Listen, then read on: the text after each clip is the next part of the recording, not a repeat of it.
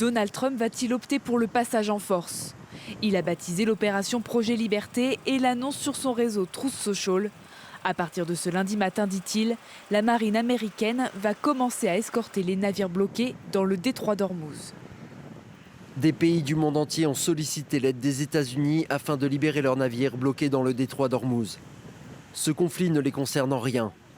Dans l'intérêt de l'Iran, du Moyen-Orient et des États-Unis, nous avons assuré à ces pays que nous guiderons leurs navires hors de ces voies navigables restreintes, afin qu'ils puissent reprendre leurs activités en toute sécurité.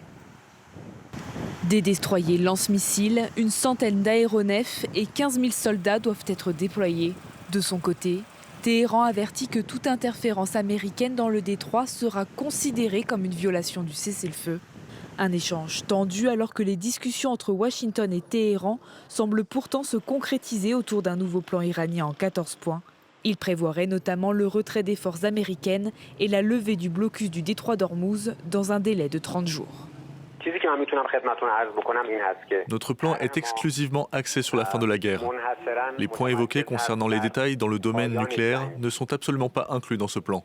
La question du nucléaire iranien reste un point de discorde important. Mais le président américain Donald Trump a évoqué ce dimanche soir des discussions très positives avec Téhéran par l'intermédiaire du Pakistan. L'Iran examine en ce moment la réponse américaine à sa proposition de plan de paix.